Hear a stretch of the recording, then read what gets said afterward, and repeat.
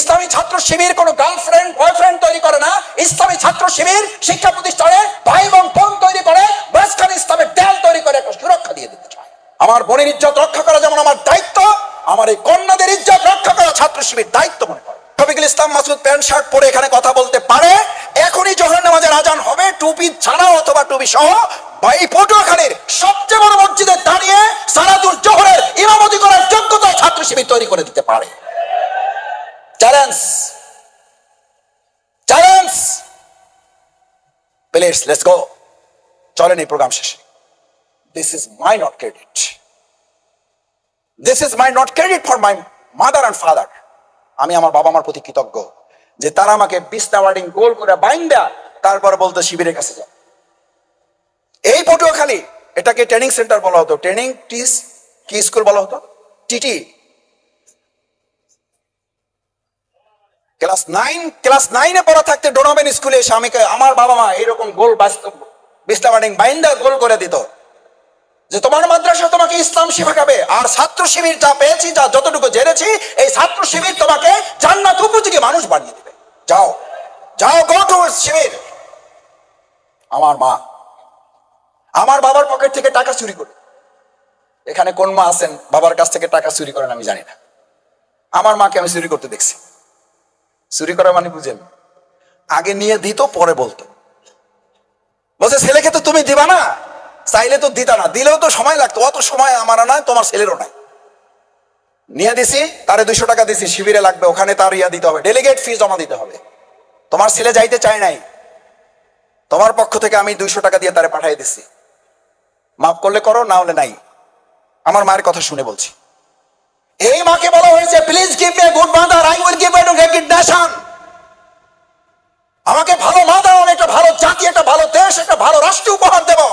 আমার মায়েরা যারা, আমার কন্যারা যারা আছো, এরকম একটা ভালো মা হওয়ার জন্য ইসলামী ছাত্র শিবির তোমাকে আজকে সিদ্ধান্ত নিতে অনুরোধ করছে।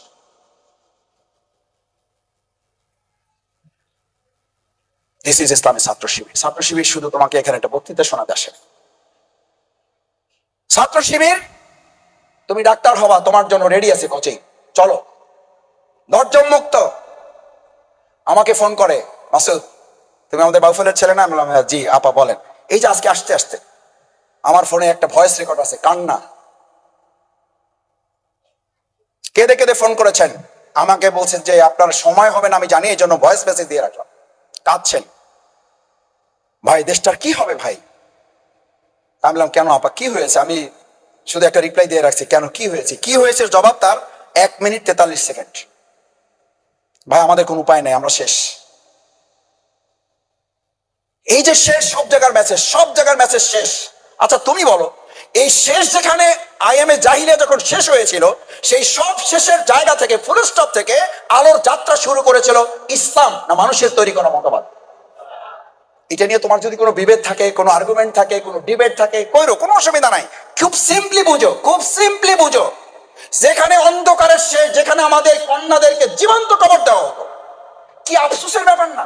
সেই আবু জাহেলের উত্তরসূরিরা এখন বলে ইসলাম ক্ষমতায় আসলে, ইসলাম যদি আবার প্রোভাইড করে, তাহলে আমাদের মেয়েদের নাকি ঘরে আটকায় রাখা হবে। কত বড় আস্পর্ধা থাকলে এই কথা কেউ বলতে পারে? অথচ এই কন্যাদেরকে যখন জীবন্ত কবর দেওয়া হতো, পুড়ে ফেলা হতো আগুনে। একটা ঘরে মেয়ে জন্ম নিলে, যে অন্ধকার আইএমএ জাহিলিয়া যুগে, আবু জাহেলের যুগে, যখন একটা কন্যা সন্তান জন্ম নিলে 3 দিন 4 দিন 7 দিন সে তার বন্ধু বান্ধবদের সাথে মুখ দেখাতো না, তাকে সমাজ থেকে বহিষ্কার করা হতো।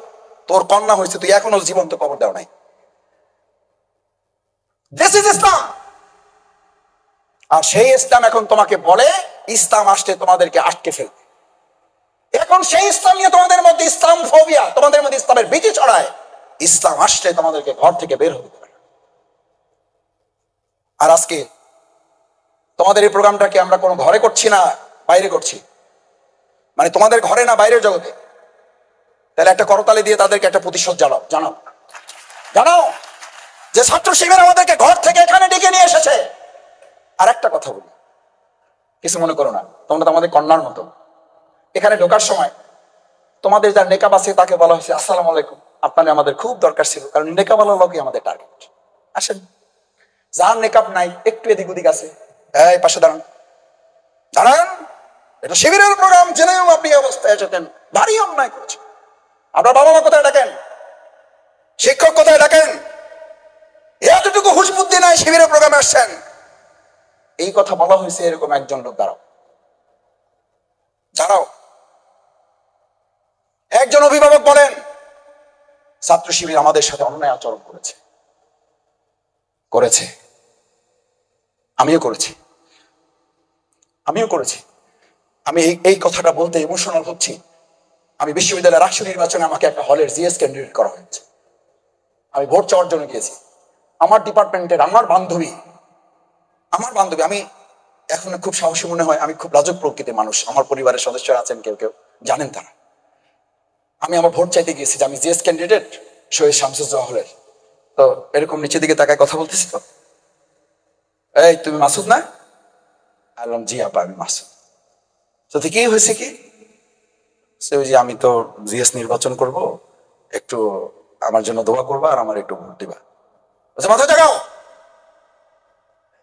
জাগাইলাম। এখন কি করবো? তাকাও আমার দিকে। বললাম আপা এটা তো আমাদের শিবির থেকে নিষেধ করা আছে, এটা তো শিবির থেকে আমাদের নিষেধ করা আছে, এটা যদি কেউ দেখে তাহলে আমার সাথী ভাব থাকবে না। তাই নাকি? এটা তো আমাদের বলা আছে। আমি বললাম জি আপা এটা বলা আছে। তাহলে ভোট নেবে কি করে? আমি বললাম এই যে ভোট চাই দিচ্ছে আপনাকে, শরীয়তের সীমা যেন লঙ্ঘন না হয়, কারণ এটা তো শুধু শিবিরের নির্দেশ না, এটা আল্লাহ রসুলের নির্দেশ। একবার কারো দিকে, আমাদের বোনদের, আমাদের মায়েদের, এরকম যারা কন্যা সন্তান তাদের দিকে যারা শরীয়তের দৃষ্টিতে তার জন্য জায়েজ নেই, একবার তাকালে আল্লাহ মাফ করবেন, দ্বিতীয়বার তাকানোটা মাফ করবেন না। শুধু বলা হয় যে ওই যে তাকানোটা শফিকুল ইসলাম মাসুদের না, তাকানোটা ইবলিসের। কার? আচ্ছা এটা জামাতের কথা, যে শিবিরের কথা, কার কথা? প্রিয় নবী মুহাম্মদুর। আচ্ছা এইরকম ইবলিস ঢাকায় আছে, পটুয়াখালীতে তো নাই। যে একবার তাকানোর পর দুইবার তাকানোর মতো আল্লাহর ওলি এই সমাজে আর পাওয়া যাবে না। শুধু একবার কোন রকম তাকায়, আর চোখ ফিরায় না, কারণ একবার যাইছে। চোখ ফালাও না কেন? চোখ ফালাই এরপর কি করবো? এরপর তো ইবলিস হয়ে যাবো। একবার যেমন তাকান দিছে, ওর মধ্যে যে ইবলিস ঢুকে গেছে, ওই হুঁশার টান নেই। আমার অভিভাবক বৃন্দ, আপনাদের কষ্ট বাড়াতে চাই না। বাংলাদেশ ইসলামী ছাত্র শিবির ইবলিসপনা থেকে একজন যুবককে বাঁচানোর জন্য আমাকে যখন এই কথা বলেছে, আমি যখন বললাম আপা আমি যদি আপনার দিকে তাকাই আমি আপনার ভোট নেব না, আমি আপনার ইজ্জত নেবো, আমার এটা ভিডিও ক্লিপে ভাইরাল কথা আছে। আমি যদি চোখ দিয়ে আপনার দিকে তাকাই, আপনার দৃষ্টির দিকে তাকাই, আপনার চেহারার দিকে তাকাই, আপনার শরীরের দিকে তাকাই, ইসলাম বলছে আমার মধ্যে কুপ্রবৃত্তি আমাকে সবসময় দাবিত করে। এটা একজন পীর সাহেব এটা বললে হবে না, এটা আমরা তো পীরের এলাকার লোক, সব পীর তো আমাদের এলাকা আলহামদুলিল্লাহ, পীরদের প্রতি শ্রদ্ধা রেখে বলছে। আমার এক পীর বলছিল, ওই পীরের নাম বললাম না, বলছে মাসুদ কোন লোক যদি বলে যে কোনো কন্যা কোনো নারী দেখার পরও তার কোনো সেন্স পরিবর্তন হয় না, তার ওর পিছনে নামাজ পড়া হারাম। ওর পিছনে আমি বললাম হুজুর এটা কি করলেন? এ তো আল্লাহর ওলি, এ তো বিরাট ব্যাপার স্যাপার, যে কোনো তার চেঞ্জ নাই, কোনো তার ইয়ে নাই, ইমোশন নাই, বিরাট ব্যাপার, আল্লাহর সাথে ডাইরেক্ট লাইন। বলছে ডাইরেক্ট না, ওটা ইবলিসের সাথে ডাইরেক্ট। কারণ প্রথম কথা হলো মিথ্যা কথা বলছে, কারণ এটা হলো আল্লাহ দেওয়া নিয়ম, এই নিয়মটাকে সে অস্বীকার করছে। দুই হইলো তাহলে তার মধ্যে পুরুষত্ব নাই, আর এরকম পুরুষত্ব না থাকলে ইমামের জন্য জায়েজ না। তিন নম্বর কারণে, যে কারণে নামাজ পড়বা না, সেটা হলো এই আল্লাহদ্রোহী, এই আল্লাহর আইনের বিপরীতে সে দাঁড়িয়ে গেছে। এর পেছনে নামাজ তিন কারণে পড়া জায়েজ না। আমার মায়েরা, আমার শিক্ষক মন্ডলী, আমার সুধী মন্ডলী যারা সন্তানদেরকে নিয়ে এসেছেন, আমি আমার ওই বোনকে বলেছিলাম আমার ভোট দরকার নাই, আপনার ইজ্জতে রক্ষা চাই। বলছে যে তোরে ভোট দেবো না, তুই খারাপ, তোরে এখন চা খাওয়াবো। আমি বললাম এই আগে তুমি ছিলে, এখন তুই। আমি ডাকতেছি, আপনি কয় যে তোরে ভালোবাসি, কয় যে তোরে ভালোবাসি। আমি বললাম আমি ভালোবাসা চাই না, আমি ভোট চাই। কয় ভোট ভালো না বাসে তোরে ভোট দেবো কেমন? আমার ভাইয়েরা, আমার বোনেরা, আমার মায়েরা, হাসার জন্য এটা বলি নাই, একটু যোগ করলাম। বেসিক্যালি আমার ভিডিও পাবেন এটা। আমার ওই বান্ধবী এখনো যে বেঁচে আছে, সে সরকারি একটা জব করে, আমি এখানে করি, মাঝে মধ্যে দুষ্টমি হয়। আমি বলি যে তোমরা তো এসিতেই থাকো, আমরা ওই রাস্তায় ছিলাম, এখনো রাস্তায় আছি। কয় স্যার কি করতে হবে বলেন? আমরা হে মনে করছে আমি এমপি মন্ত্রী টন্ত্রী হই, কি যে একটা করে আলাপ। কয় যে স্যার কি করতে হবে বলেন? কিছু করতে হবে না, ওই সময় একটা ভোট দিতে চাইছিল, দিতে পারো নাই, কারণ পরে রাষ্ট্রীয় নির্বাচনটা বন্ধ হয়ে গেছে। বলেছে এই কারণে, সে তখন বলেছিল তোরে ভালোবাসি, শুধু তোরে ভোটও দেবো, তোরে ভালোবাসি, কারণ যে আমার ইজ্জতের সুরক্ষা দেবে সেই হচ্ছে আমার ভাই, তাকেই ভালোবাসা। ইসলামী ছাত্র শিবির কোনো গার্লফ্রেন্ড বয়ফ্রেন্ড তৈরি করে না। ইসলামী ছাত্র শিবির শিক্ষা প্রতিষ্ঠানে ভাই এবং বোন তৈরি করে, মাঝখানে ইসলামের দেয়াল তৈরি করে একটা সুরক্ষা দিয়ে দিতে চায়। আমরা ভাই বোন, আমার বোনের ইজ্জত রক্ষা করা যেমন আমার দায়িত্ব, আমার এই কন্যাদের ইজ্জত রক্ষা করা ছাত্র শিবির দায়িত্ব মনে করে। প্রিয় তরুণেরা, প্রিয় যুবকেরা, এই সমাজ রাষ্ট্র বিনির্মাণে আজ এমন বিশ্ববিদ্যালয় যেখান থেকে 100 সেঞ্চুরি করার দুঃসংবাদ আমাদের কাছে পাওয়া যায়। আমি মাঝে মধ্যে বলি আমাদের তরুণরা, আমাদের যুবকরা সবচেয়ে বেশি ধ্বংস হয় কি গ্রামে না শহরে? শহরে। বিশ্ববিদ্যালয়ের হাট, বিশ্ববিদ্যালয়ের মাঠ, তোমাদের বিশ্ববিদ্যালয় সোহরাওয়ার্দীর মাঠ, ঢাকা বিশ্ববিদ্যালয় যাবা না? যাবা, ওয়েলকাম। ঢাকা মেডিকেলে ওয়েলকাম, বুয়েটে welcome, Suhrawardy welcome, Sher-e-Bangla welcome, সলবিল্লা ওয়েলকাম। আমরা তোমাদের জন্য দাঁড়িয়ে আছি। ওই মায়ের ওই বোনের যে কথাটা বলার জন্য তুলেছিলাম, ফোন করেছিল, তার ছেলেটাকে আমি যেন শুধু রেটিনাতে ভর্তি করাই না, ভর্তি করাবো এবং শিবিরের হাতে তাকে তুলে দিয়ে বলবো সে মেডিকেলের চান্স পাক আর না পাক সে যেন 5 ওয়াক্ত নামাজি হয়। আমি বললাম আমাদের এরকম তো কোচিং নাই আপা। বলছে মাসুদ তুমি মিথ্যা কথা বলবো না। আমি বললাম আপা এটা কোনো কথা বললেন, আমি মিথ্যা বলবো কেন? আমাদের 5 ওয়াক্ত নামাজের তো কোনো কোচিং নাই, আমাদের কোচিং হলো মেডিকেলে তাকে চান্স পাওয়ানোর কোচিং। বলছে ওই চান্স পাওয়ানোর কোচিং এ আমি শুনেছি তোমাদের আলাদা স্পেশাল ক্লাস আছে, সেই ক্লাসে তোমাকে ভর্তি করে দিতে হবে আমার ছেলেটা যেন মেডিকেলেও চান্স পায় আবার 5 ওয়াক্ত নামাজিও হয়। আমি বললাম আবার ঠিক আছে, আমি শিবিরের ভাইদেরকে আমি বলে দেবো সে মেডিকেলে পড়ার পাশাপাশি যেন 5 ওয়াক্ত নামাজিও হয়। আমার বোনেরা, আমার ভাইয়েরা, আমার কন্যা সন্তানেরা, আমার তরুণ যুবকেরা, তোমাদেরকে শেষ আহ্বান জানাই, আসো। our knowledge brings us nearer to ignorance. আমাদের জ্ঞান আমাদেরকে অজ্ঞতার দিকে নিয়ে যাচ্ছে। our ignorance brings us nearer to death. আর এই অজ্ঞতা আমাদেরকে বিপদের দিকে না, আমাদেরকে মৃত্যুর দিকে ধাবিত করছে। এখান থেকে বাঁচার জন্য বাংলাদেশ ইসলামী ছাত্র শিবির তোমাদেরকে আহ্বান জানায়, আসো। বাংলাদেশ ইসলামী ছাত্র শিবির আজকের এই সমাজের জন্য একটা পরিপূর্ণ বিশ্ববিদ্যালয়ের নাম। সেই বিশ্ববিদ্যালয় তোমাদের সবাইকে ভর্তি হওয়ার জন্য না, সেই বিশ্ববিদ্যালয়ের সাথে সম্পৃক্ত থেকে সৎ, যোগ্য, দক্ষ নাগরিক বিনির্মাণ করা। আজকের উপদেষ্টারা, প্রধান উপদেষ্টা, অন্যান্য উপদেষ্টারা স্ট্যাটাস দিচ্ছেন না, শুধু এই আপনাদের মিডিয়ার সামনে বলছেন ভাই ভালো কিছু করতে চাই, ভালো কিছু হাতে নাই। চ্যালেঞ্জ দিতে, আমি তোমাদেরকে একটা চ্যালেঞ্জ ছুড়ে দেওয়ার জন্য, এই চ্যালেঞ্জটা তোমাদেরকে মাথায় নিতে হবে। আমার এক প্রিয় ডাক্তার, যারা ডাক্তার হবো তোমাদের জন্য মুক্ত। আমরা ছাত্র শিবির শুধু আজকে একটা বক্তৃতা শোনানোর জন্য তোমাদেরকে এখানে ডেকে নিয়ে আসে নাই। একটা ক্রেশ দেখি আমার হাতে, একটা ক্রেশ তোমাদের হাতে দেওয়ার জন্য তোমাদেরকে ডাকায় নাই। তোমার হাতে এটার ক্রেস্টের দাম সর্বোচ্চ আমি জানি না 100 টাকা হইতেও পারে না। তুমি বাড়িতে বসে 300 টাকা এর চেয়ে সুন্দর একটা ভালো ক্রেস্ট বানাইয়া বাড়িতে রাখার মতো তৌফিক তোমাদের সবাই আছে। এই ক্রেস্টের মূল্যটা কি ওই 500 1000 টাকার চেয়ে কম না বেশি? কেন বেশি? বেশি হচ্ছে এই জন্য যে ক্রেস্টটা তোমার হাতে দেওয়া হচ্ছে না, আজকে ইসলামী ছাত্র শিবির তোমার হাতে পুরো বাংলাদেশটাকে তুলে দিচ্ছে। এই বাংলাদেশটাকে তোমাকে দেখে রাখতে হবে। This is your country, this is your responsibility. তোমার দেশ, তোমার দায়িত্ব। যে কারণে এটা বলছিলাম, প্রিয় শিক্ষার্থীরা, আমি তখন বক্তৃতার যেটা বললাম যে পুরো বক্তৃতা শোনানোর জন্য তোমাদেরকে ডাকাই নাই। আমার এক ডাক্তার আছে, আমাদের এক ডাক্তার আছে, চ্যালেঞ্জটা তোমাকে মাথায় নেওয়ার জন্য, চ্যালেঞ্জটা নিতে হবে। আচ্ছা, না শোনার আগে চ্যালেঞ্জটা নেওয়ার জন্য রাজি আছো? না শোনার আগে রাজি হইলে কেন রাজি হইল? একজন যদি রাজি হও, এটা আফসোসের ব্যাপার। কেন হাত তুলল? 2টা কারণে। 1, অমনোযোগী। 2, তোমাদেরকে এরকম অন্ধভাবে এই রাষ্ট্র তোমাদেরকে পরিচালনা করলেও তোমরা পরিচালিত হবা বলে আমাদেরকে বিশ্বাস করতে হবে, অথচ এই 2টা কোনোটাই আমরা প্রত্যাশা করি না। আমার প্রিয় ডাক্তার, যারা ডাক্তার হবা, যারা ইঞ্জিনিয়ার হবা, ডাক্তার পড়েছেন 3rd ইয়ার, 2nd ইয়ার চলতেছে, 4th ইয়ার শেষ, এবার তিনি ইসে ভর্তি হবেন। কোথায়? 5th ইয়ার শেষ করার পর কোথায় ইন্টার্ন করে? কি করে? ইন্টার্নিতে ভর্তি হয়। ইন্টার্নিতে ভর্তি হয়েছে, টিচারদের সাথে ক্লাসের এক ফাঁকে জোহরের নামাজের সময় হয়েছে, আজকেও জোহরের নামাজের সময় হবে একটু পরে। ডাক্তার দাঁড়িয়ে বললো যে স্যার আমার একটু কথা আছে। বলছে কি কথা?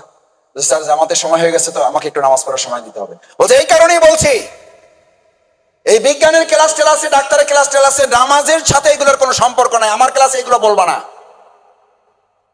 সাথে একটা ইংলিশ মারি দিয়েছে, ইংলিশ মারলে স্মার্টনেস কি? English science and religion can go together. সব ছাত্রছাত্রীরা মনে করছে ওরে বাপ, সেই শিক্ষক, মারাত্মক জিনিস।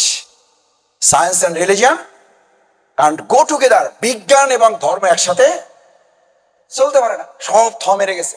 ওই ছাত্র বলছে যে স্যার আমি যদি ফেলও করি, আমরা যদি বাদও দেন, আমার নামাজের স্যার একটু যাওয়া লাগবে।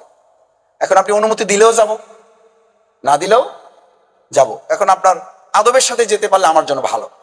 স্যার দেখছে পরিস্থিতি ভালো না, বসে যাও, তোমার মতো ছাত্রদের নামাজে যাওয়াই ভালো।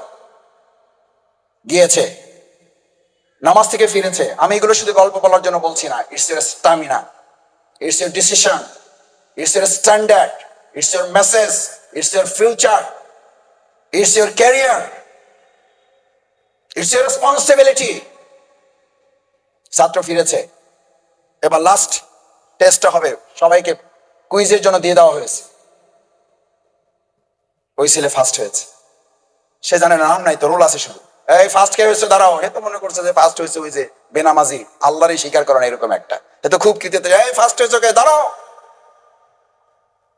বলছে স্যার রোল বলেন, রোলই তো বলেন নাই। বলছে আচ্ছা রোল হলে এত, দাঁড়াও। নামাজি ছেলে দাঁড়ায় গেছে, স্যার আমি। ওনার হাসি মুখ আর স্যারের হলো গোমরা মুখ। যেহেতু ফার্স্ট হওয়ার কথা না, এই তো চলেই গেল একটু আগে ক্লাস থেকে, এ ফার্স্ট হলো কি করে? ওই ছাত্র আসছে, বলছে যে এখন আগেই থেকে ঠিক করা ছিল, তার অনুভূতি প্রকাশ করা হবে এবং তার অনুভূতি শোনা হবে, যে ফার্স্ট হলো কি করে। আসছে, দাঁড়াইয়ে প্রথম শুরু করছে স্যার। সম্মানিত শিক্ষক মন্ডলী, উপস্থিত আমার সহকর্মীরা, ইটস ইউর গুড মেসেজ। আমাদের সম্মানিত শিক্ষক একটু আগে বলেছিলেন science and religion can go together, আর আমি তোমাদেরকে বলছি science without religion can go together. বিজ্ঞান ধর্ম ছাড়াই চলতে পারে না। স্যার বলেছিল science and religion can go together, আর ছাত্র ওই ক্লাস থেকে নামাজ পড়ে এসে ফার্স্ট হয়ে বললো, মেসেজ দিল, প্র্যাকটিক্যালি মেসেজ দিল, science without religion can go together. যে বিজ্ঞানের সাথে ধর্মের সম্পর্ক নাই, ওটা বিজ্ঞান না, ওটা অন্ধ, ওটা ধ্বংস। ওটা কেন ধ্বংস? আচ্ছা, তোমাদের আবু জেহেলের নাম তো কারো জানা নাই। আচ্ছা, এই লোকটার নাম কি আবু জেহেল ছিল? এই লোকটার নাম কি ছিল? আবুল হেকাম। শুধু বুদ্ধি না, বুদ্ধির বাপ। আচ্ছা, বুদ্ধির বাপ মূর্খের বাপ হইলো কেন বল? কেন মূর্খের বাপ হইলো এই লোকটা? এই লোকটাকে বিজ্ঞান জানতো না, ম্যাথ জানতো না, জিওগ্রাফি জানতো না, সায়েন্স জানতো না, বায়োলজি জানতো না।